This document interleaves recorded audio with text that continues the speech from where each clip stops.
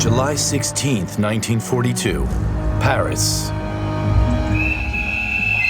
One of the biggest roundups in history has been underway since 4 a.m. I heard pounding on the door. Police, open up! My grandmother tried to reason with them. They're just children, but it was no use.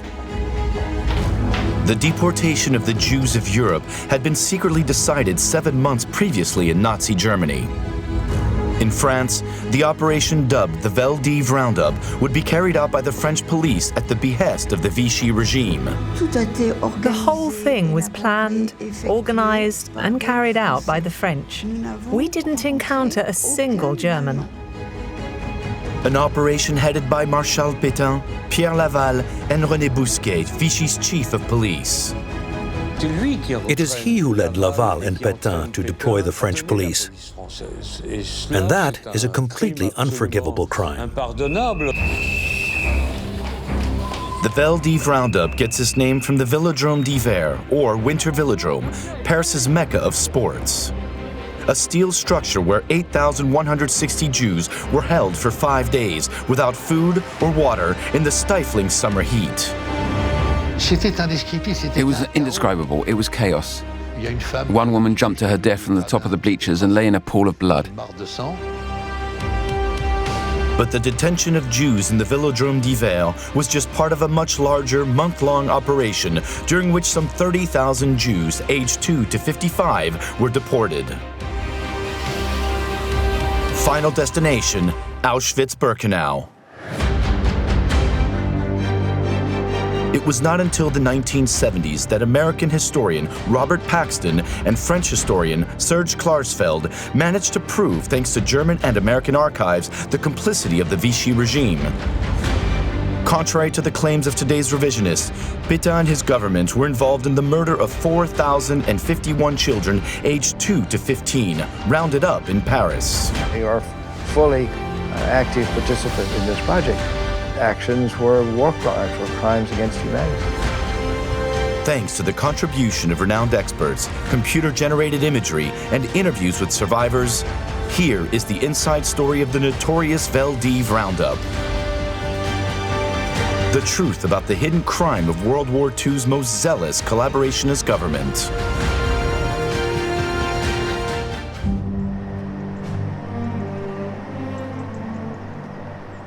Summer 1942, Paris. In France, in the occupied zone, the Germans decreed that all Jews over the age of 6 must wear a yellow star. This identity marker was a way to single out the Jews whom the Nazis regarded as vermin and facilitate their arrest. Aged 12 at the time, Annette Krascher lived with her mother and sister in Rue Sévigné in Paris's 3rd district. Her father was away working at one of Marshal Pétain's longing camps. Rachel Jedinak, who was 8, lived in Rue Duris in the 20th district with her mother and sister. Her father had been arrested in a roundup the previous year. And Joseph Weissman, who was then 12, lived with his parents and 2 sisters in the 18th district's Rue des Abbesses. They will never forget the yellow star. The yellow star, we had to go buy it and pay for it with clothing ration coupons. How ironic is that? My mother took me by surprise and said, "Come on, I'll sew it in the right place."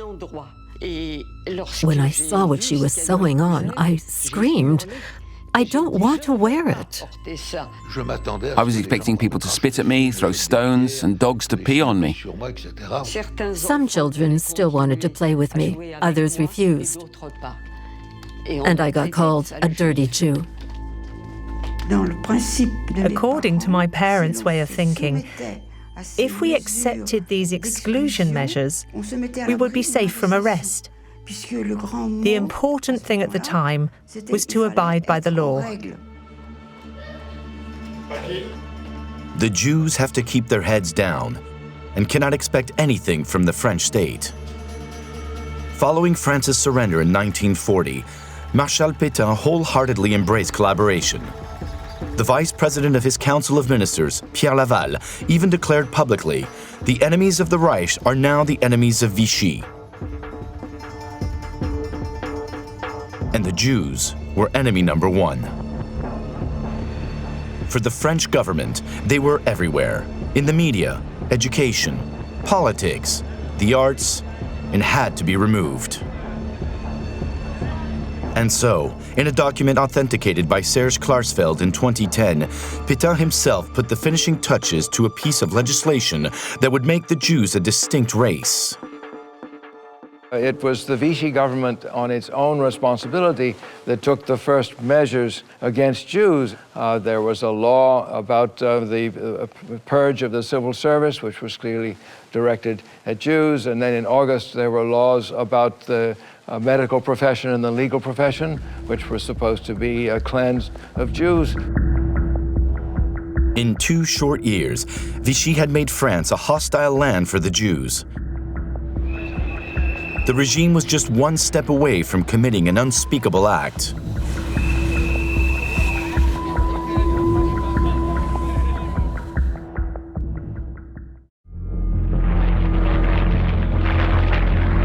May 5th, 1942, 2 months before the Roundup. An airplane touches down near Paris, with Reinhard Heydrich aboard. Himmler's second in command, he is chief of the RHSA, which wields authority over all security and police forces in Germany, the Gestapo, the Kripo, and the SiPo-SD. Heydrich was the Third Reich's super minister of the interior, not only for Germany, but for all Nazi-occupied Europe. He was the chief mastermind of the Holocaust, and he oversaw the implementation of the final solution decided by Hitler and Himmler. And so in the spring of 1942, he was one of the Third Reich's top men.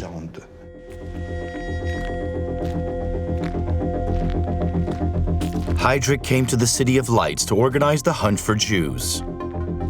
And for this, he was counting on the help of the French, and in particular, their chief of police, René Buysschaert. A lawyer at 18, principal private secretary to the prefect of Tarn-et-Garonne at 20, prefect of the Marne at 31. At the age of 33, he was the most powerful man in France after Laval and Marshal Pétain. Buysschaert had both a real and a deep commitment to the state and was ruthlessly ambitious. He was the prototype of what we'd now call a technocrat. He was the epitome of a senior public official and quite brilliant. Buysschaert was highly intelligent. The meeting takes place in the plush surroundings of the Ritz, with great fanfare and in front of the cameras. Buysschaert bounds into the room with his hand outstretched to shake Heydrich's hand. He looks like a young football star. He was absolutely thrilled with his role and determined to carry it out in the most active sort of way. What the cameras don't show is the behind-the-scenes negotiations. Because Buysschaert wants full control of the French police in the occupied zone, which has been under direct German rule since the armistice. Heydrich sees the advantages of such an arrangement, as his own police forces are non-existent in the unoccupied zone and small in numbers in the occupied zone. There are just 3,000 members of the German police, of what is mistakenly called the Gestapo, that is, the SiPo-SD, who are tasked with all sorts of missions, from dealing with the resistance to tackling the black market and carrying out intelligence operations. This means the Germans cannot implement the final solution in the occupied zone. They absolutely need the assistance of the French police. According to German archives, Heydrich makes his move and tests the Frenchman, who has never openly expressed anti-Semitic sentiments.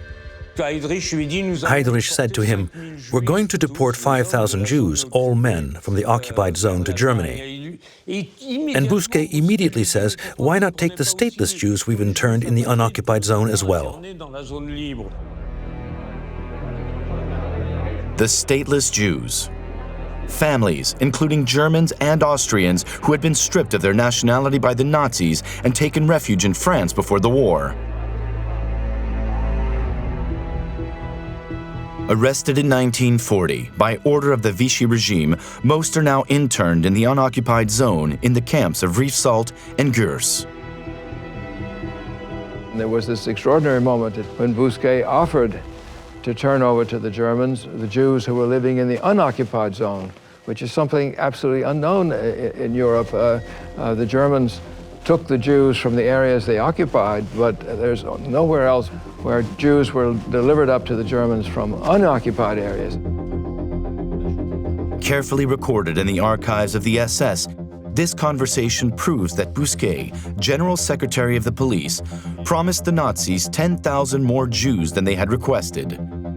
In doing so, the Frenchman set the wheels in motion for the velodrome Roundup.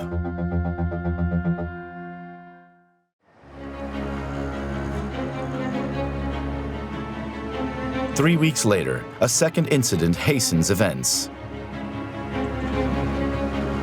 In Prague, Reinhard Heydrich is mortally wounded in his car by the Czech resistance.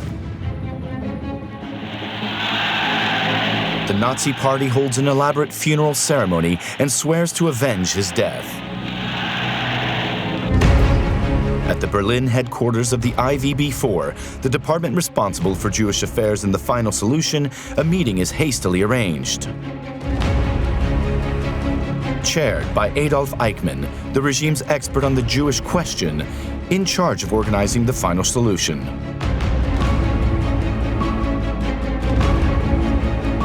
Around him, his representatives in Belgium, the Netherlands, and France. Around Adolf Eichmann was a small number of men, the Judenreferat. These men were zealous, driven by anti-Semitism. And the deportation of the Jews of Western Europe was decided. The final solution was launched in Western Europe in reprisal for Heydrich's assassination.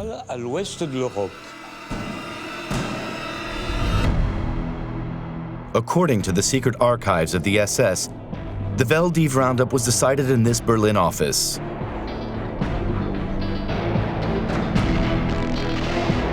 First, Jews of both sexes aged 16 to 40 will be targeted. Trains carrying 1,000 Jews will supply the Reich's concentration camps and death camps every week. A plan tailor-made for an ambitious young man of 29, Theodor Dannecker, who is in charge of the Jewish question in France. Dannecker is a fanatical anti-Semite, extremely anti-Jewish, brutal. And at the meeting, Dannecker promises to arrest 100,000 Jews in France. That blockhead in the Netherlands says 15,000 and that loser in Belgium says 10,000. I'm going to show you that I can deliver 100,000.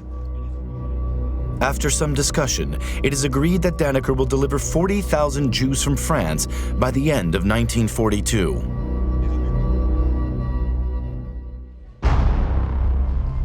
Paris, 3 weeks before the Roundup. Theodor Dannecker informs Vichy. The French police must make themselves available to him for a first Roundup in the occupied zone. 40% of the Jews arrested will be French. This mere detail for Dannecker could scupper the entire operation. Laval and Buysschaert tell him it's impossible for the time being. We'll start with foreign Jews, then we'll see. Vichy is not opposed to the deportation of Jews, but if they are French Jews, then the Germans will have to make the arrest themselves. Eichmann and Dannecker are totally panicked because the trains they ordered from the German Ministry of Transport must be filled, and there are no Jews to put in these trains. Who will arrest them? Because the German army is not in favor of these deportations. It even refuses at one point to escort the Jews. Himmler actually complains about this. He says the fact that so few Jews have been deported from France is due to the German army's lack of willing. July 2, 1942, Buysschaert is summoned to Paris. General Oberg, chief of the SS and the German police in France, and his second-in-command, Helmut Nocken, have been ordered to make the Frenchman accept. Reported in an SS document and revealed by Serge Klarsfeld, this meeting will plunge France into its darkest hours. Nocken explains to Buysschaert, "This is so important to the Führer that you cannot expect the least understanding from him. This means there is going to be a crisis." But he does not say what. There is no German ultimatum. The only ultimatum they make is possible reprisals by Hitler if Vichy refuses to deploy the French police. Buysschaert is not fooled. The Germans are bluffing. They cannot jeopardize a collaboration so useful to the war effort. And yet, quite unexpectedly, Buysschaert agrees, but on two conditions. The police will only round up foreign Jews and, most importantly, he becomes the undisputed chief of the French police. It is Buysschaert who led Laval and Pétain to deploy the French police. And that is a completely unforgivable crime. He is not aware of the enormity of the crime that he is committing vis-à-vis France. And so, thanks to Buysschaert, the Vichy government undertakes to arrest and turn over to the occupying forces thousands of Jewish families during an operation carried out solely by the French police. The Great Roundup will take place.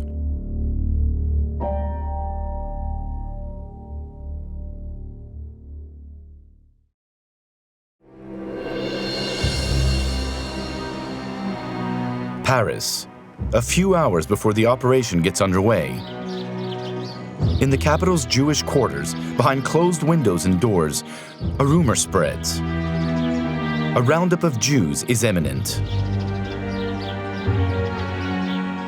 My mother must have heard, because the night before, it must have spread like wildfire. She hid us at our paternal grandparents' home, which was 50 meters from ours. At the time, lots of rumors were circulating in our neighborhood, which had a sizable Jewish population. And my mother remained convinced until the end that what had happened in Germany could never happen in France. Men, the target of arrest until now, flee their homes. Yet Laval had already approved the Germans' request to arrest women. He went even further. At a secret meeting, he offered to arrest all children between the ages of 2 and 15. I think genuinely did not want to have thousands of orphan children in his care, and so he covered it as a humanitarian act. He wanted the families to stay together. Laval has no other choice because he has made a criminal decision. The criminal decision is to arrest the Jews. What explanation can he give? He can't say to the French, "Listen, the Germans are going to kill the parents, so we're not giving them the children because they will likely die as well." He can't say that. And that is why he asks that the children be taken too, so that they won't pose a problem for him. Children born for the most part in France and therefore French. Yet Laval, Pétain, and Buysschaert had claimed they wanted to spare the French Jews. And so, the wish of collaborationist writer Robert Brasillach was granted. When discussing the deportation of Jews, he had written, "And above all, don't forget the children."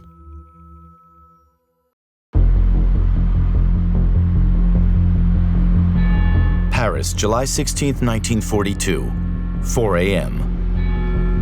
All over the city, 4,500 police officers receive lists of addresses to visit and names to arrest. 22,000 men and women carefully selected a few days previously thanks to the Jewish registry, which was compiled in 1940 and 1941.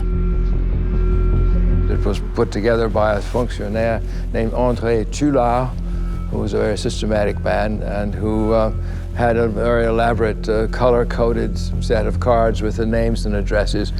and the countries of origin of all the Jews that they were able to locate in France. The purpose of these files was not to carry out arrests, but to control the Jewish population.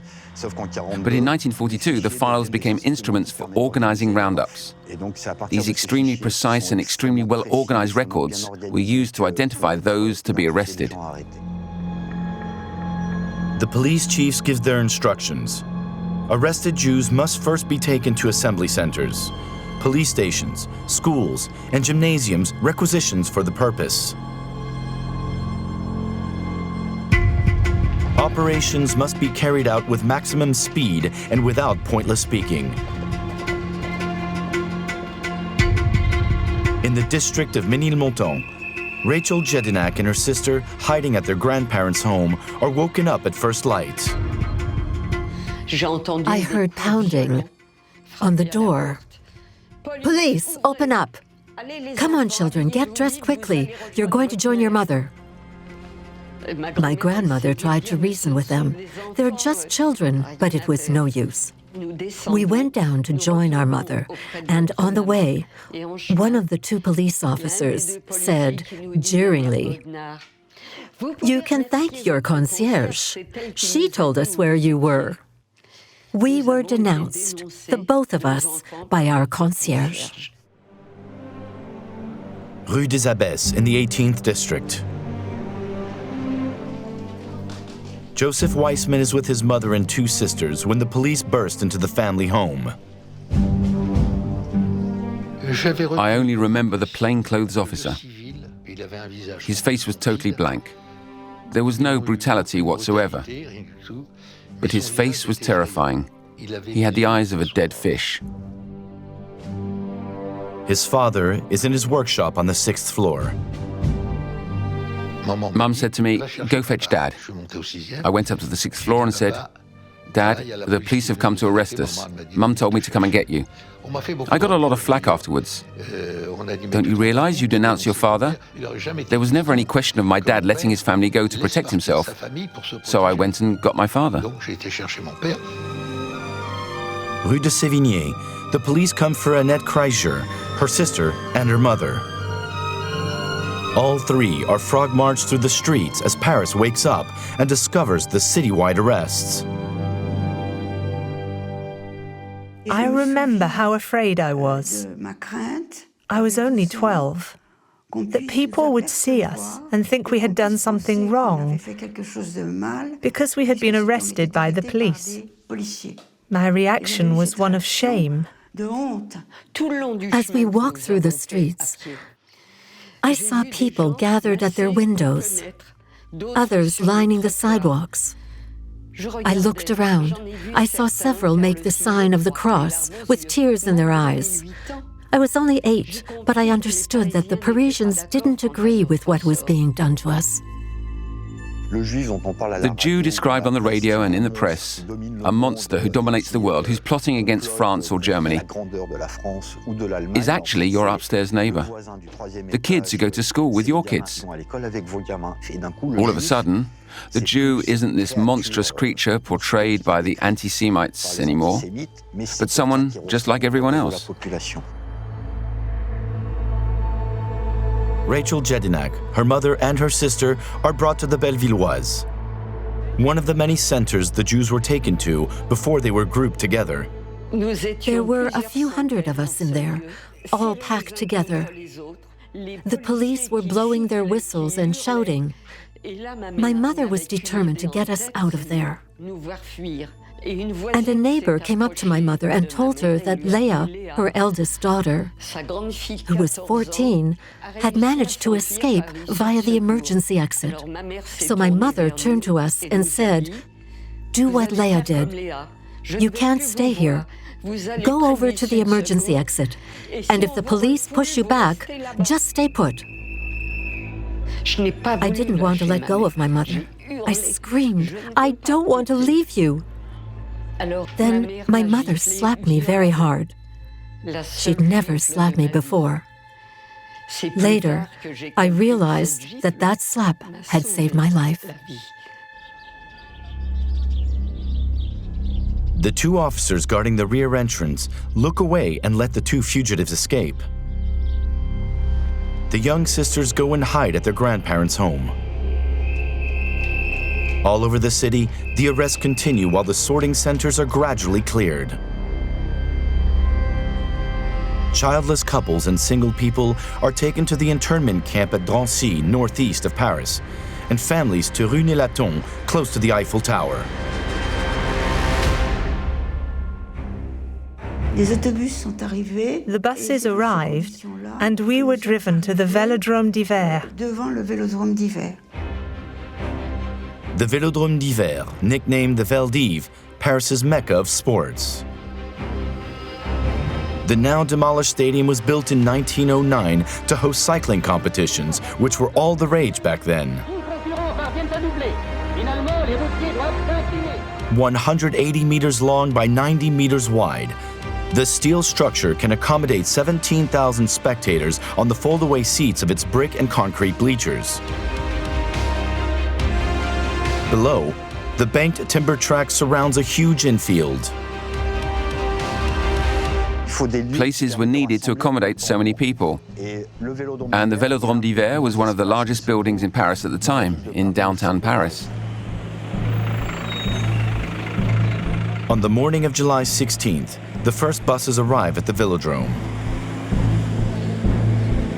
The area is sealed off. Word must not get out. A single photo was secretly taken from one of these windows. The only visible trace of the Veldiv Roundup. The photo that was found was apparently taken by a press photographer. But it's an extraordinary photo.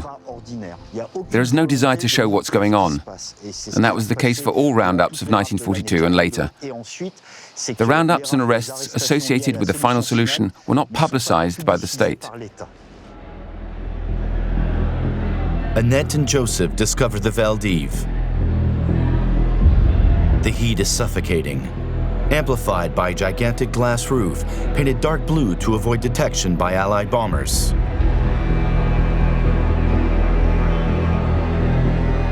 And we had a surprise, a terrible surprise, on seeing the stadium packed to the rafters with people, lots and lots and lots of people.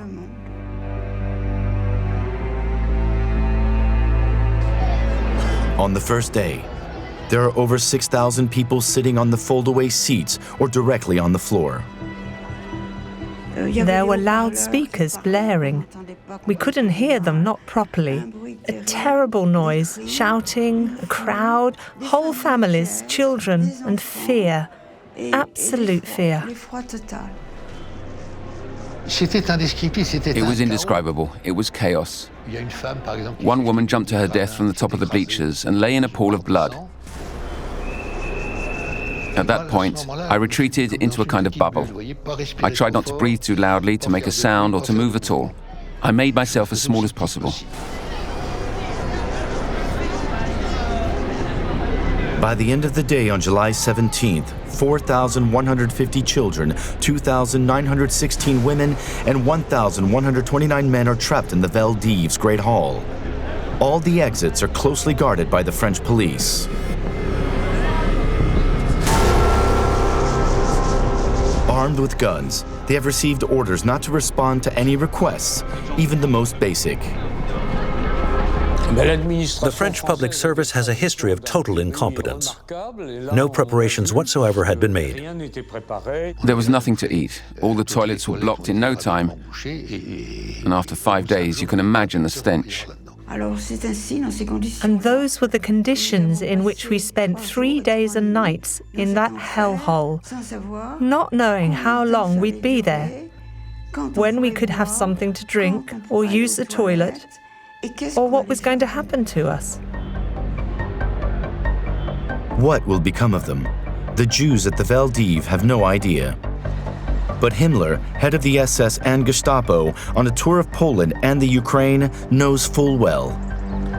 By an accident of history, the day the Jews are herded into the Velodrome d'hiver, he is inspecting his Jew-killing machine.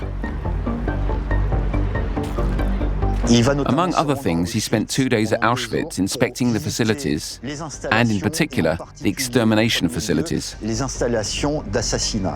And we know that on July the 17th, Himmler attended the gassing of a convoy from the Netherlands and saw how these operations were organized at Auschwitz.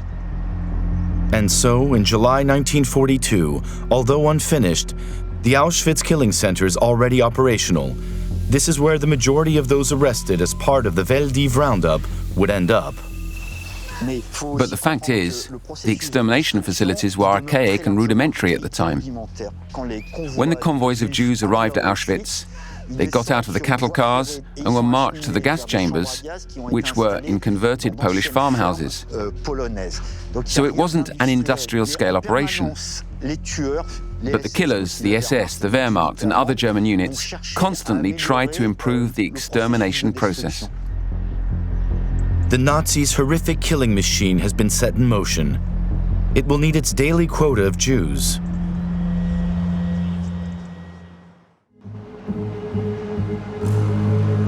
Meanwhile, in Vichy, it is time for Laval and Pétain to take stock. In all, 13,152 Jews have been arrested. This is well below the target of 22,000 arrests set by the Germans. All the roundups produced unsatisfactory results due to the lack of enthusiasm of the French police, who knew that what they were doing was a violation of people's rights. There were police who thought it was a terrifically good idea to arrest and deport Jews. There were other police who were revolted by this order. A certain number of them, there's some very well documented stories of police who knocked on the door and said, "I'm coming back in 2 hours, wink, wink, do what you need to do." And smart people, particularly those who had come out of Poland, knew what terrible things might happen. How many police officers were reluctant to execute orders? No one knows for sure. At the Veldiv, Annette came across an officer near the latrines. We found a police officer there who was totally distraught and who said he couldn't believe they'd been put in this situation, that they had been forced to do such a thing. I still remember him very clearly because he was the only person, the only French person in uniform to show us any humanity. On July 19th, after 4 days of being held in appalling conditions, the families were gradually moved from the Veldiv and bused to the Gare d'Austerlitz in East Paris. We were herded towards the goods station, where we saw a number of cattle cars, and we were loaded into these cattle cars, which were mainly used to transport horses. The doors were nailed shut, and we set off. There was no water, obviously, and just one chamber pot for 200 people. There was a tiny window in a corner of the car. From time to time, a parent would lift their child up to it so they could get some air. It was absolutely suffocating. We were packed like sardines. I remember how hard it was to breathe. That's all I remember. When is this going to end? I can't take any more.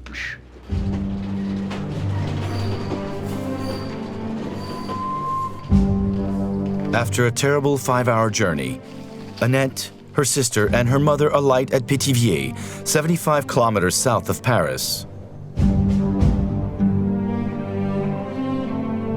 Joseph and his family at Beaune-la-Rolande, 17 kilometers down the line. 2 villages in the Loiret, where internment camps had been built in 1939. Intended for prisoners of war, they had become French-controlled transit camps for Jewish deportees. All that remains of the camp at Pithiviers is this silo. But at the time, it spread over 400 meters. It consisted of 19 huts, a guardroom, an infirmary, a canteen, kitchens, a workshop, and latrines. The camp was fenced in by several rows of barbed wire. and surrounded by watchtowers equipped with searchlights to reduce the risk of escape. When Annette and her family walk through its gates, they are taken to hut number 18.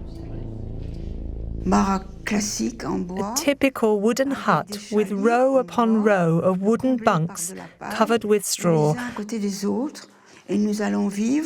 We were to live the life of internees in an internment camp with guards who treated us as prisoners and ignored the fact we were families and children. By July 22nd, the camp had 4,471 internees, half of whom were children. This was almost twice its designated capacity of 2,300 prisoners. The huts, which were designed to hold 100 to 120 people, had twice that amount. As you can imagine, there weren't enough bunks, so the camp authorities requisitioned a huge shed in which they put some 2,000 people. In the north of the camp, this shed had been used to store straw for the German army. Forgotten for many years, its existence was revealed thanks to recently unearthed archives. This letter written by a prisoner is decisive proof. I have been at Pithiviers for a week now. There are 2,400 of us in a shed, including women and many children. We sleep on the floor on a bit of straw, and the children pee and vomit on it. If we have to stay here for 2 weeks, most of us will be dead, especially the children. The vast majority of the children slept on the floor on straw that was never changed.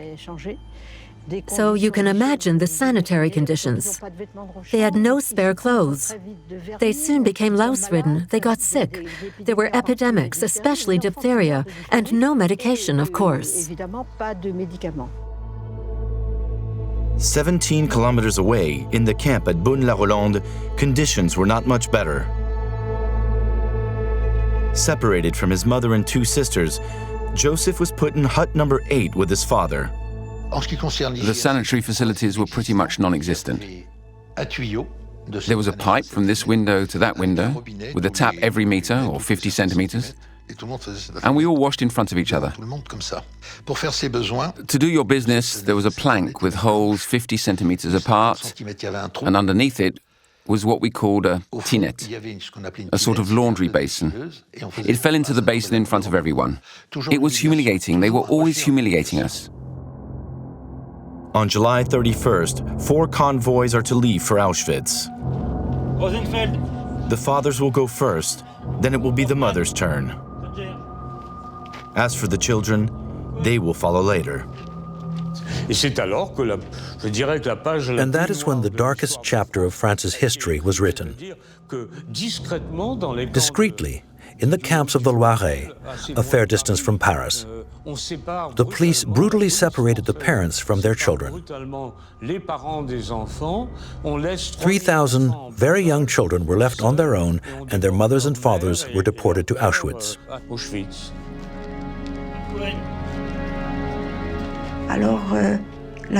The night before, a gendarme came and stood outside our hut and read out the names of the mothers who were on the list.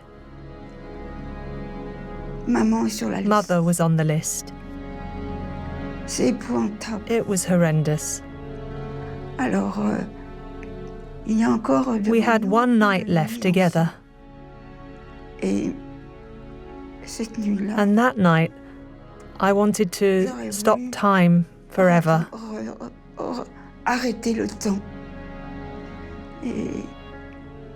I cuddled up to Mother. It was horrendous. The following morning, in the camps at Bouin-la-Rolande and Pithiviers, the gendarmes gather the mothers together behind the barbed wire and resort to force, snatching their children from their arms. For Annette, Joseph, and their 4,155 wretched young companions, it is time to say farewell. We couldn't even touch each other because the barbed wire pricked us. In the sun, I was distraught, totally distraught. It was horrendous. Mother giving us her final instructions and saying, "Children, be dignified, stick together, and above all, don't lose heart, because I'll come back." That's how it was. And then a gendarme barked an order, and all the women turned around and walked away. We saw a large group of women. We lost sight of our mother, and that's the last image I have of my mother. All of a sudden, the camp was empty. After the apocalyptic chaos, there was a deafening silence. That silence was far, far worse than the noise. At Beaune-la-Rolande and Pithiviers, thousands of children deprived of their parents are held prisoner by the French gendarmes. The youngest do not even know their own names. In hut number 18, Annette and her sister are among the eldest. All of 12 and 15 years old, they are named second in command of the hut. The children wept, called for their mothers, cried out, and then very quickly they fell silent. It was as if they were autistic. They stopped speaking and playing. They were in their own worlds and wouldn't accept anything from us.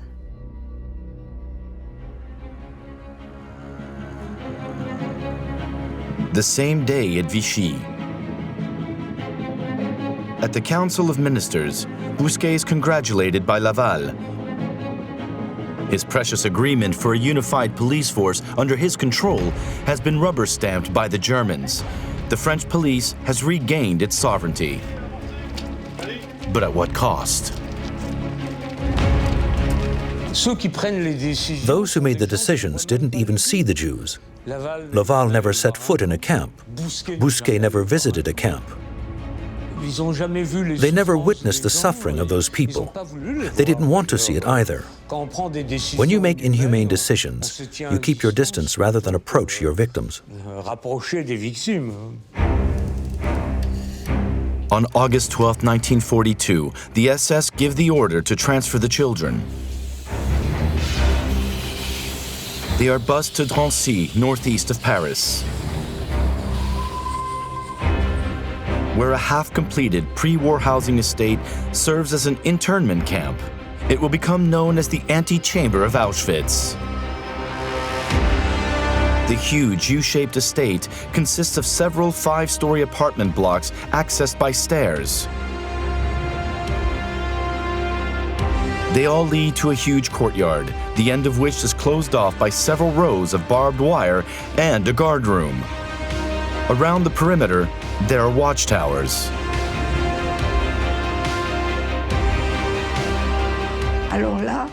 I just broke down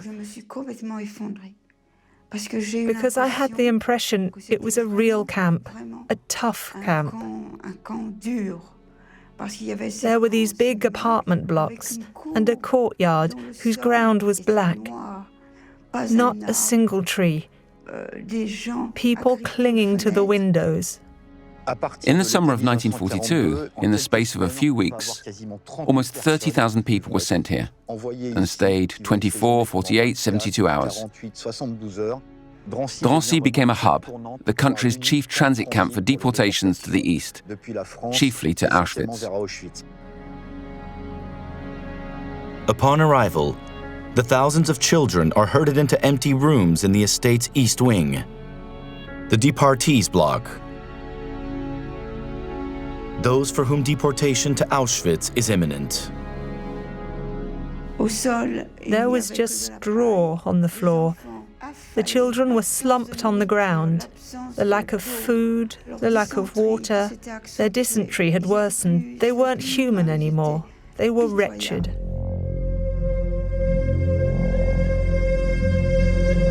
Outside the camp, onlookers crowd behind the fence. Some are relatives hoping to catch a glimpse of their loved ones inside. This is what Rachel and her sister did. The detainees went to the very top of the building. It's etched in my memory. And they tried to spot the people who'd come to see them. I couldn't see my mother, and I walked away crying with my sister.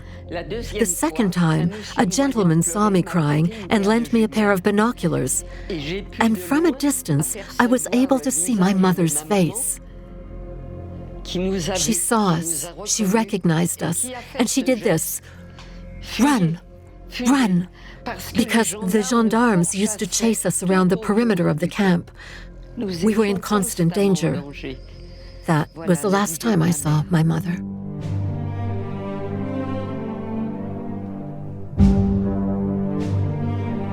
August 21st, the first convoy of children is announced.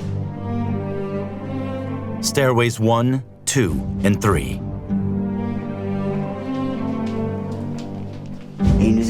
We heard the gendarmes shouting. We heard the children crying. We looked down the stairs and saw the children having their heads shaved before they left. Because I found this out later, the SS at Auschwitz were really afraid the children would bring lice with them. For me, that was the worst thing that could happen to us. I thought it was an absolutely dreadful ordeal, and we would have to face it. Between August 21st and August 26, 1942, 4,051 Veldiv children were deported to Auschwitz. Upon arrival, they were taken to the killing chambers and gassed.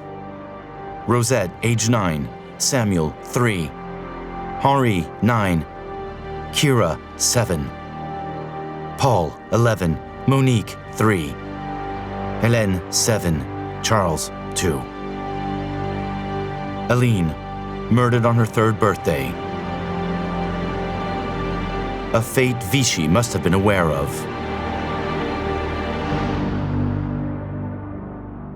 In the summer of 1942, news began circulating around Europe about what was being done to the Jews in occupied Poland. It was mentioned on the BBC, it was mentioned in the British and American press, it was mentioned in the clandestine newspapers of the communist and Gaullist resistance in France. There were French intelligence reports saying there was such and such a rumor about the treatment of the Jews. There were even rumors that the Jews were being gassed. At one point, Laval talked about what he should tell journalists, and it was agreed that he would say that they were going to agricultural colonies in Poland. However, the conditions of the voyage were such that they could expect the worst. So with any effort to know, they knew that this trip was destined to kill people.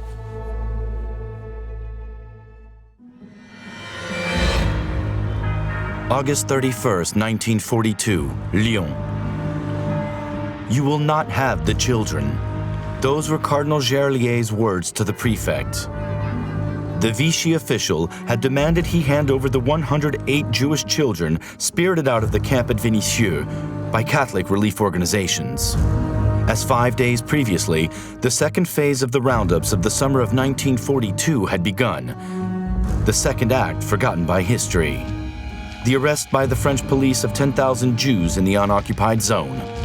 Roundups in the unoccupied zone were carried out in broad daylight and in the center of town. And so there were these absolutely horrifying scenes of separation between children and mothers that were witnessed by large numbers of ordinary French citizens all over the southern zone. And this roundup shocked the French people profoundly. And not only the people, but the French spiritual elite as well. In other words, the Catholic Church and the leaders of the Reformed Church.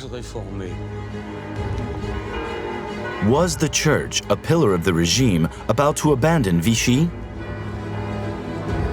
At any rate, this was the decision of a number of influential prelates, who did not hesitate to publicly condemn Pétain for his treatment of the Jews. More worrying still for the regime, police reports mention public outrage at the mass arrests. The situation is explosive. Laval implores the Germans, do not demand more Jews. The SS chiefs in France realized they will have to ease up to avoid antagonizing public opinion. Knochen obtained Himmler's support for what I would describe as a restrained policy, whereby they would obtain the maximum number of Jews possible without creating difficulties for Vichy's leaders. If Vichy eased off its intense police collaboration with the Germans, it is entirely thanks to the Church and the French people. The arrests in France did not cease, but there were far fewer. As for the rate of deportations demanded by the Germans, the objectives were never met.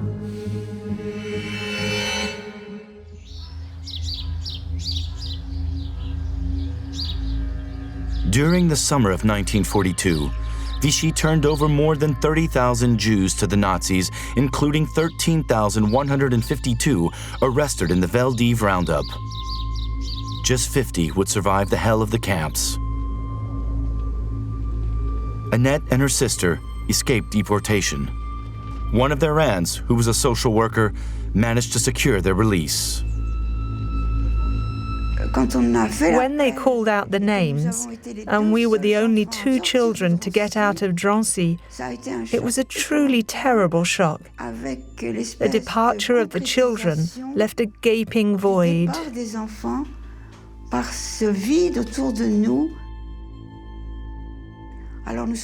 So the 2 of us walked out of Drancy wearing the star, and from that day on, I was free. Joseph hid in an orphanage in Paris's 18th district.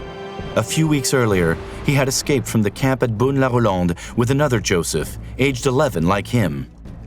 One of us had a brilliant idea and said, there's a point in the day when the camp is totally empty, when there's no one about. And that's when everyone goes to the canteen shed to get the day's meal. It was the highlight of the day. And it was at noon. So at noon, we crawled under the barbed wire. With our little arms and hands, we raised the barbed wire, and it took us 5 or 6 hours to get through all the rows of barbed wire. And when they did the roll call, 2 Josephs were missing. They looked for us everywhere. I found out later. It was unacceptable for 2 snotty-nosed 11-year-old kids to slip through such a tight net. But we did it. After the war, the head of the Vichy government, Pierre Laval, was found guilty of treason and executed on October 15, 1945, at Fresnes prison. 2 months later, interned by the Americans, the German Theodor Dannecker committed suicide in his cell. Sentenced to life in prison, SS officers Karl Oberg and Helmut Nacken were discreetly released in 1962 by order of General de Gaulle. As for the chief of police, René Bousquet, he was acquitted after a rushed trial, but indicted for crimes against humanity 40 years later, thanks to Serge Klarsfeld's investigation. Murdered by a deranged individual shortly before his trial, justice was cheated. None involved ever expressed the slightest remorse.